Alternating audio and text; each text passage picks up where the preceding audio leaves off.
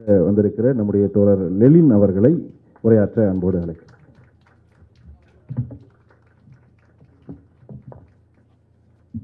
பேராசிரியர் தோழர் மு. ரமேஷ் அவர்கள் எழுதிய புத்தம் கூட்டல் திராவிடம் சமூக நீதி மற்றும் தன் அடையாளங்களை எழுதி பார்த்தல் ஆகிய 2 நூல்கள் வெளியீட்டு விழாவினுடைய தலைவர் அவர்களே, இந்த விழாவிலே பங்கேற்று நூல்களை வெளியிட்டு அமர்ந்திருக்கிற விடுதலை சிறுத்தைகளின் தாய் சிறுத்தை, தமிழ் கூறும் நல்லுலகின் நல்ல தலைவர், இந்திய இடதுசாரிகளோடு எப்போதும் கலந்து உறவாடுகிற களமாடுகிற தமிழக இடதுசாரி அருமை தோழர் தோல் திருமாவர்களே, இந்த புத்தகத்தை பெற்றுக்கொண்டிருக்கிற நம்முடைய உயர்கல்வித்துறை அமைச்சர் கோவி செழியன் அவர்களே, தோழர் கோவி செழியன் அவர்கள், நாங்கள் எல்லாம் டெல்டா மாவட்டத்துக்காரர்கள், ஒரே பெல்ட்டா இங்கே உட்கார்ந்துருக்கிறோம், எல்லாரும் டெல்டா. என்ன ஆச்சரியம் என்றால், ஐயா நல்லகன் அவர்களோடு நான் தொடர்வண்டிகளை பயணித்த போது, அப்போது அவர் அநேகமாக சட்டமன்ற உறுப்பினர் இல்லை, ஆனால் பொறுப்பில் இருந்தார்.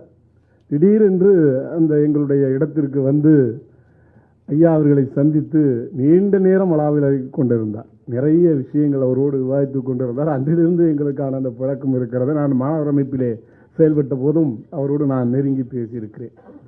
எனவே இந்த 2 ஆளுமைகளும் மிக சிறப்பாக பங்கேற்று இந்த புத்தகத்தை வெளியிட்டிருக்கிறார்கள் என்றால், அந்த புத்தகம் மிக காத்திரமானது, மிக சிறப்பானது. தமிழ் கூறும் நல்லுலகத்தில், சாதி ஒழிப்பில், சமூக முன்னேற்றத்தில் மிக பெரும் ஒரு எழுச்சியை ஏற்படுத்தும் என்பதை இந்த விழாவே கட்டியம் கூறுவதாக நான் கருதுகிறேன். அருமை தோழர் மு. வீரபாண்டியன் அவர்கள் எங்களுடைய மாநில செயலாளர் தவிர்க்க இயலாத காரணங்களால் வர இயலவில்லை. பொன் வைத்த இடத்தில் பூ வைப்பதைப் போல நான் அந்த இடத்தில் இருந்து இந்திய கம்யூனிஸ்ட் கட்சியின் சார்பில் என்னுடைய நெஞ்சம் நிறைந்த வாழ்த்துக்களை நம்முடைய இந்த நூல்களின் 2 நூல்களின் ஆசிரியரான தோழர் ரமேஷ் அவர்களுக்கு நான் கூறிக்கொள்ள கடமைப்பட்டிருக்கிறேன். அருமை தோழர்களே, நம்முடைய இந்திய சமூகம் ஒரு சாதி சமூகம். சாதி குறித்து இந்தியாவிலே ஆழமாக ஆய்வு செய்தவர்கள் என்று பார்த்தால், நீங்கள் ஆதி காலத்திலிருந்து இன்று வரை எடுத்து பார்த்தால் அதிலே அம்பேத்கர் வருகிறார். இடதுசாரிகளும் மிகச்சிறந்த ஆய்வுகளை மேற்கொண்டிருக்கிறார்கள். இடதுசாரிகள் சொல்கிற போது சாதி ஆதி காலத்து வர்க்கம் என்று குறிப்பிடுகிறார்கள். அம்பேத்கர் அவர்கள் சாதி ஒரு மூடப்பட்ட வர்க்கம், க்ளோஸ்டு கிளாஸ் என்றுதான் சொல்கிறார். எனவே அந்த சமூக பகுப்பில் நம்முடைய வர்ணாசிரம தர்மம் என்கிறார்களே, தர்மத்தை எல்லா இடத்திலும் பயன்படுத்துவார்கள். இந்த தர்மத்தை போன்ற ஒரு அதர்மமான சொல் உலகத்தில் வேறு எங்கும் இந்தியாவை தவிர இல்லை. புத்தம் தர்மத்தை நாம் ஏற்றுக்கொள்கிறோம், ஆனால் மனு தர்மத்தை ஏற்றுக்கொள்ள முடியுமா? எனவேதான் அம்பேத்கர் அவர்களே அதை பற்றி சொல்லியிருக்கிறார். அந்த தர்மா என்கிற வார்த்தை குறித்து காத்திரமான தன்னுடைய கருத்துக்களை எடுத்து வைத்திருக்கிறார். எனவே சாதி ஆரம்பத்தில் உழைப்பை பிரிவினை செய்வதாக இருந்தது, பின்பு உழைப்பாளர்களையே பிரிவினை செய்தது, தொழிலாளர்களையே பிரிவினை செய்தது என்கிற கருத்துக்கெல்லாம் அறிவர் அம்பேத்கர் அவர்கள் வந்திருக்கிறார். ஆனாலும் கூட இன்றைய இந்திய சமூகத்தை சமதளத்தில் உருவாக்குவதற்கு, ஜனநாயக பூர்வமாக இயங்குவதற்கு, சாதிகளற்ற வர்க்கமற்ற ஒரு சமத்துவ சமூகம் படைப்பதற்கு நிறைய தேவைகள் இருக்கிறது. மார்க்சியம் இந்த மண்ணின் முகிழ்ந்த பல கருத்துக்களை உள்வாங்கிக் கொள்கிறது, அதோடு உரையாடி கொண்டிருக்கிறது. உலகத்தில் எங்கெல்லாம் புரட்சி நடந்ததோ அங்கெல்லாம் அந்த மண்ணினுடைய மகத்தான இலக்கியங்களை இடதுசாரிகள் எடுத்திருக்கிறார்கள், வாசித்திருக்கிறார்கள், பயன்படுத்தியிருக்கிறார்கள். நான் ஒன்றை மட்டும் சொல்ல விரும்புகிறேன். வியட்நாம் புரட்சி பற்றி சொல்வார்கள். வியட்நாமிய புரட்சி ஒரு மாபெரும் புரட்சி, ஒரு ஆசிய நாடுதான். அந்த வீரம் நிறைந்த அந்த வியட்நாமினுடைய புரட்சியில் அங்கே கம்யூனிஸ்டுகள் களப்பணியில் இருந்தபோது அங்கிருந்த பௌத்த பிக்குகளும் அந்த போராட்டங்களில் இணைந்தார்கள். எத்தனை பௌத்த பிக்குகள் தெரியுமா? தங்களை தீக்கு இரையாக்கி கொண்டு முதல் விழிப்பை ஏற்படுத்தியதே வியட்நாமிலே மாபெரும் புரட்சி செய்தவர்கள் பிக்குகளாக இருந்தார்கள். அவர்களெல்லாம் செங்கொடியின் கீழே திரண்டார்கள். திபெத்திலே கூட சீன படையெடுப்பு வந்தபோது, செங்கொடியோடு வந்தபோது, மாவோ படையெடுப்பு வந்தபோது அங்கிருந்த புத்த பிக்குகள் எல்லாம் இது நம்மை போன்ற இயக்கம், எனவே அதை ஆதரிக்க வேண்டும் என்று வரவேற்பு கூறிய ஒரு காலமும் உண்டு. ஆனால் அதே பௌத்தம் இலங்கையிலே என்ன செய்தது என்கிற போது, ஒரு மதம் ஆதிக்கம் செலுத்துகிற போது அது என்ன நிலைக்கு வரும் என்பதை பார்க்கிற போது அதில்தான் நாம் கவனமாக இருக்க வேண்டும். எனவேதான் புத்தரை புத்தராக பார்க்க வேண்டும். புத்தர் தான் சொன்னார், நான் உபதேசிக்கும் தத்துவங்கள், சிந்தனைகள், கருத்துகள் அனைத்தும் உங்களை ஆற்றிலிருந்து கடக்க பயன்படும் படகை போல் பயன்படுத்திக் கொள்ளுங்கள். ஆற்றிலிருந்து கடக்க படகை பயன்படுத்திக் கொள்ள வேண்டும். படகுதான் என்னுடைய கருத்துக்கள். ஆனால் இந்த கருத்துகளால் ஆற்றை கடந்து விட்டேன் என்று கருதி நிலத்தில் நடக்கிற போது படகை தலையில் சுமந்து திரியார்கள் என்று சொன்னார். எவ்வளவு பெரிய ஜனநாயகம், எவ்வளவு பெரிய பொருள், எவ்வளவு பெரிய அற்புதமான அர்த்தம் புரிந்த ஒன்று.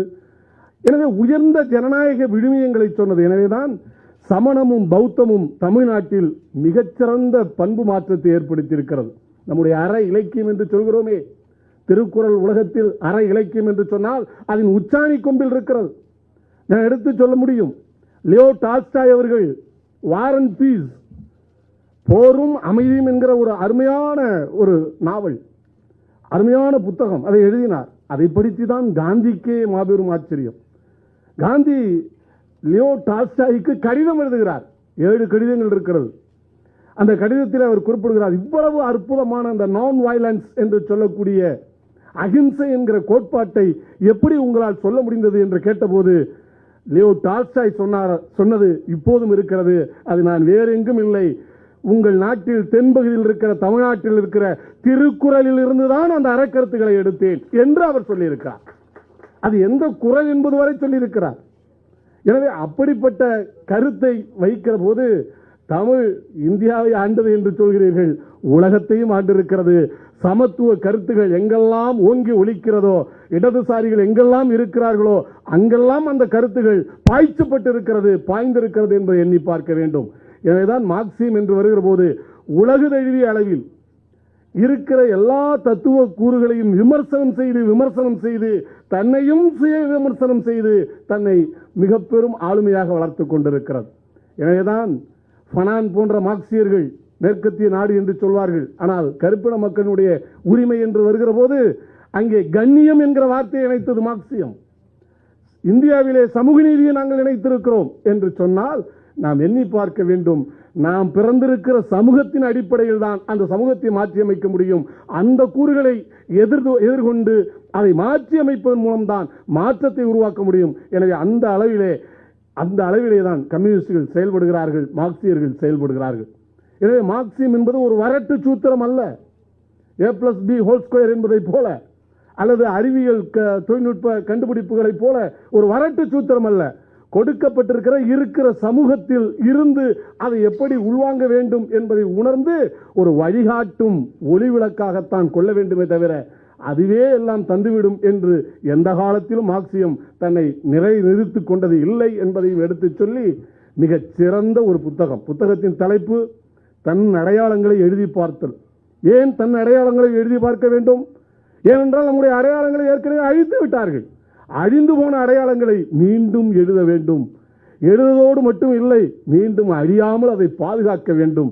எனவே அடையாள அரசியலை நோக்கி நாம் நகர்ந்து விடக்கூடாது. அடையாள அரசியலில் கூட ஆதிக்க அடையாளங்கள் இருக்கிறது, சாதி மத அடையாளங்கள் இருக்கிறது. இன்றைக்கு கூட ஹஜ் பாப் என்கிற ஒரு நடவடிக்கையை இந்துத்துவ அமைப்புகள் ஏற்படுத்துகிறார்கள். பாப் பாடல்கள் பல மொழிகளிலே, இந்தி மொழி மட்டுமல்ல போஜ்புரியில் கூட வருகிறது. ஆனால் இந்தியா என்றால் ஒற்றை மொழி என்கிறார்கள். ஆனால் பண்பாட்டு ரீதியில் தங்களை வளர்த்தெடுப்பதற்கு கலவரங்களுக்கு கட்டியம் கூறுகிற இது போன்ற பாப் இசைகளை பாடல்களை எல்லாம் அது இந்த மாட்டுக்கறி வைத்திருந்தால் என்று அடித்து கொன்றார்களே அக்லக் உத்தரப்பிரதேசத்தில். அதற்கு பிறகு இந்த பாப் பாடகர்கள், ஹிந்துத்துவ பாப் பாடகர்களுடைய எண்ணிக்கை அதிகரித்துக் கொண்டிருக்கிறது. அதன் மூலம் இந்த பரப்பல் போர் பாய்கிறது என்று சொன்னால் இந்த பண்பாட்டு படையெடுப்பை எப்படி நாம் எதிர்கொள்வது? வெறும் தத்துவங்களை சொல்லி அல்லது சித்தாந்தங்களை சொல்லி மட்டும் பண்ண முடியாது. எனவே இதற்கு எதிரான ஒரு பண்பாட்டு உரையாடலை நாம் துவக்க வேண்டும். அந்த பண்பாட்டு உரையாடலில் தான் திராவிட இயக்கமும் இடதுசாரிகள் இயக்கமும் அம்பேத்கர் இயக்கங்களும் தமிழ்நாட்டிலே விடுதலை சிறுத்தைகளும் இணைந்து நின்று நாங்கள் போராடி கொண்டிருக்கிறோம். சிவப்பு, கருப்பு, நீலம் இது வெறும் நிறம் அல்ல. நாம் எல்லாம் ஒற்றுமையாக நின்று இந்த இந்த இந்திய வகைப்பட்ட பாசிசத்தை எதிர்க்கிற மாபெரும் போராட்டத்திலே இணைந்து செயல்பட வேண்டும் என்பதைத்தான் மீண்டும் மீண்டும் வலியுறுத்துகிறது. எனவே எல்லார் மீதும் விமர்சனங்கள் உண்டு. பெரியாரை பற்றி சொல்வார்கள், இன்றைய தமிழ் தேசியர்கள் பேசுகிறார்கள், தமிழ் தேசியம் என்று சொல்கிறார்கள். அதில் இடது தமிழ் தேசியம், வலது தமிழ் தேசியம் என்று இரண்டு கூறுகளாக உடைந்து விட்டது. உண்மையில் தமிழ் தேசியம் அல்ல, தமிழ் சர்வதேசியம். யாரும் ஊரை யாவரும் கேளீர் என்று சொன்னால் அது தேசியமா சர்வதேசியமா?